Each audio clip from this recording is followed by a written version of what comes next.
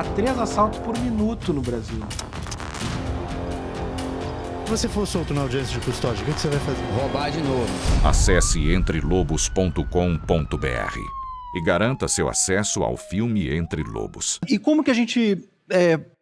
o que a gente consegue fazer de ações palpáveis, assim, que fortaleçam de fato o sistema de justiça criminal no Brasil? Assim? Por onde que a gente conseguiria dar o pontapé inicial nessa história? Bem, primeiro nós estamos falando de 40 anos de um processo de desmonte do sistema de justiça criminal. O primeiro passo, o primeiro pontapé é descobrir isso. Sabe? Por que descobrir isso? Porque a gente, às vezes, tem a impressão de que algumas medidas incrementais vão conseguir corrigir um problema estrutural, e isso não vai acontecer. Eu preciso voltar e reformar alguns artigos da Constituição, né? Eu vou dar alguns exemplos. Quer dizer, antes de dar o exemplo, é importante a gente entender o seguinte. A gente não tem um problema em termos de quantidade de pena.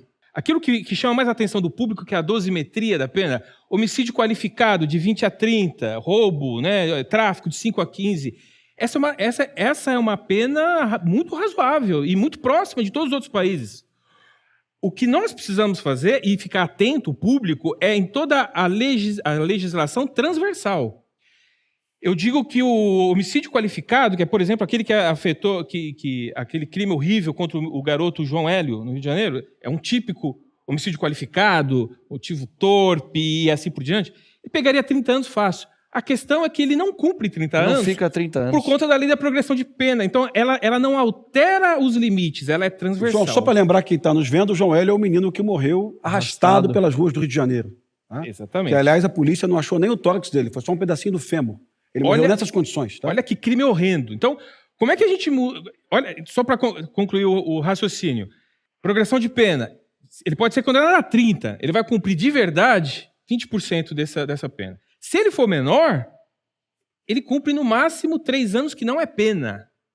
Que é exatamente um dos autores era menor. Um dos autores era menor. Agora, olha só. Como é que altera isso? Medida socioeducativa. Medida socioeducativa. É um absurdo que só existe no Brasil.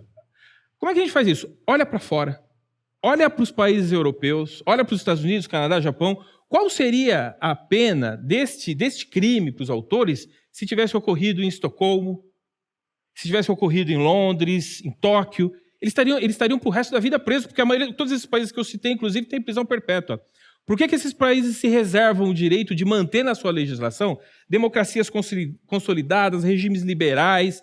São países, inclusive, que se permite algum nível de liberalismo relacionado a drogas e tudo mais. Mas por que esses países conseguem isso? Porque em nenhum momento, na discussão e na estruturação do sistema de justiça criminal, se esqueceu a vítima. Eu continuo olhando para a vítima. Por isso que todos esses países resguardam e mantêm para si o instituto da prisão perpétua.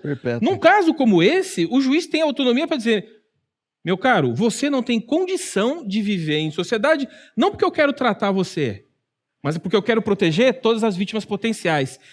Agora, ele vai ficar numa masmorra o resto da vida? Não. Ele vai ficar numa unidade prisional, onde ele tem lá o banho de sol, ele vive, não vai sofrer tortura, mas ele vai ficar preso com proteção da sociedade. Então, o primeiro passo para agir para isso é entender que houve uma série de inovações sem nenhuma base científica. O garantismo penal não tem nenhuma base científica, não tem aquilo que a gente na ciência chama de base empírica. Isso não foi provado e testado em nenhum lugar. Aí você olha para fora, todo mundo fez diferente.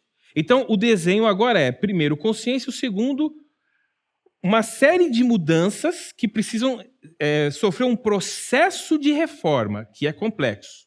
O processo de reforma não é mudar uma lei. Sim. Eu preciso mudar uma série de dispositivos que tem um efeito final ali. Do que o João está falando, não adianta a gente alterar. Eu falei sobre o fim da saída temporária. Isso causa impacto positivo? Sim. Mas vai resolver o problema de segurança pública? Não. Código Penal. Outro exemplo, o crime da Elise Matsunaga. Matou, esquartejou, virou série na Netflix. Então a gente tem um problema cultural e do bandidolatria, vira uma série para enaltecer, colocar ela como, olha... Você tem uma pessoa que foi uma criminosa, que foi apenada por 19 anos de prisão, baixou para 16, cumpriu 10, está na rua. Sim. Por um crime extremamente bárbaro. Então, Código Penal, Lei de Execuções Penais, que vai reger a vida do preso após, Constituição Federal, eu sou defensor de que o criminoso preso ele tenha obrigatoriamente que trabalhar. Por N motivos, inclusive econômico. Ressarcir a vítima? Ressarcir a vítima. No nosso ordenamento jurídico, isso não acontece. Até existe uma previsão, mas não acontece. Segundo ponto, se autossustentar. Porque quem está sustentando o criminoso preso é a população com imposto. Então, ele que pague, ele que se autossustente na prisão. E um terceiro ponto, para aqueles que não vão permanecer a vida toda presos, para quando ele saia do sistema prisional, para que ele possa minimamente, de fato, arrumar um ofício para trabalhar e não tenha que voltar para a vida delituosa. Então perceba que a reforma do sistema de justiça criminal é uma reforma ampla, não é alterar o Código Penal ou a Lei de Execuções Penais. São vários aspectos dentro da legislação, de várias leis infraconstitucionais, a própria Constituição, para que a gente possa promover essa reforma tão necessária no Brasil. E também não vai ser a única forma de combate à violência, tá? Deixar bem claro. Eu vou dar um exemplo aqui do entorno de Brasília, que na década de 2000 era a região mais violenta do Brasil, em todo o entorno de Brasília. Tinha policiamento, tinha viatura da polícia, tinha rondas ostensivas, tinha patamo, tinha investigação, tinha perícia e altíssimos índices de homicídio praticados perto de um bar. As cidades satélites de Brasília, os pais iam trabalhar no plano piloto, voltavam para as casas por volta de 9 da noite. Os filhos estudavam meio período, chegavam da escola 1 da tarde e iam para uma mesa de bilhar. Ou então eles iam para uma lan house. E ali eles ficavam até 8 da noite, até o pai chegar. Ali eles presenciavam uma briga de cachaça, uma facada, e ali eles tinham contato com o crime. E toda vez que o governador de Brasília tentava aumentar o efetivo de policiamento, aumentar delegados, peritos, policiais militares, a média de homicídio continuava igual. Evidente que ele tinha um problema maior ali. Ele tinha que buscar uma escola integral, evidente que ele tinha que buscar atividade de esporte, lazer e cultura, e ninguém nega isso. Isso é importante também. Mas eu preciso de uma reforma na parte criminal. Eu preciso que o bandido fique preso. Eu preciso que ele pague. Tá? A cadeia não serve para ressocializar. Isso é um equívoco contado 1000 vezes. A cadeia ressocializar, punir e neutralizar. Quando você conversa com um colega de esquerda, ele diz, não, a função da cadeia é ressocialização. Não é. Você está equivocado. Ninguém disse isso. Nem Foucault, nem Jean-Luc Vacuin, ninguém diz isso. Os pensadores da cadeia não dizem isso. Eles sabem que a cadeia também serve para punir. Exato.